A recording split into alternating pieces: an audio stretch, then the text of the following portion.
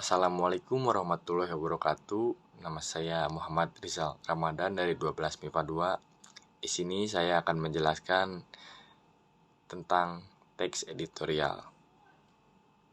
Hal-hal yang akan saya bahas di sini ada definisi, fungsi, dan ciri-ciri. Langsung kita masuk ke pengertian atau definisi dari teks editorial. Teks editorial adalah teks yang berisi pendapat pribadi dari redaksi terhadap sesuatu isu atau masalah aktual. Isu bisa meliputi masalah politik, masalah sosial, juga masalah ekonomi. Perlu diingat bahwa teks editorial itu berbeda dengan opini, karena dalam teks editorial berisi pendapat pribadi redaksi, bukan pendapat si penulis teks tersebut. Kita masuk ke dalam fungsi dari teks editorial, yaitu untuk mempengaruhi dan meyakinkan pembaca.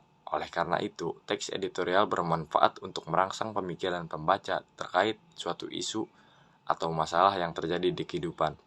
Bahkan, terkadang teks editorial mampu menggerakkan pembaca untuk bertindak. Masuk ke ciri-ciri dari teks editorial.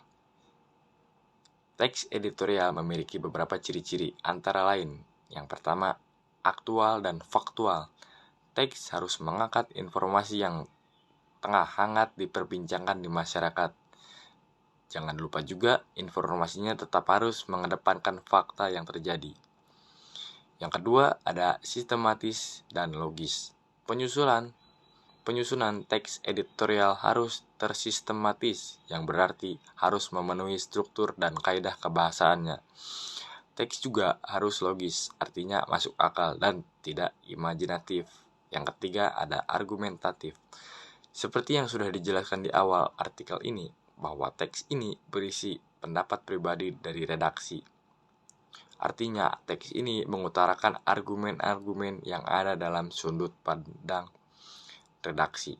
Sekian pemaparan mengenai teks editorial. Saya pamit undur diri, kurang lebihnya mohon maaf. Wabillahi taufik wal hidayah. Wassalamualaikum warahmatullahi wabarakatuh.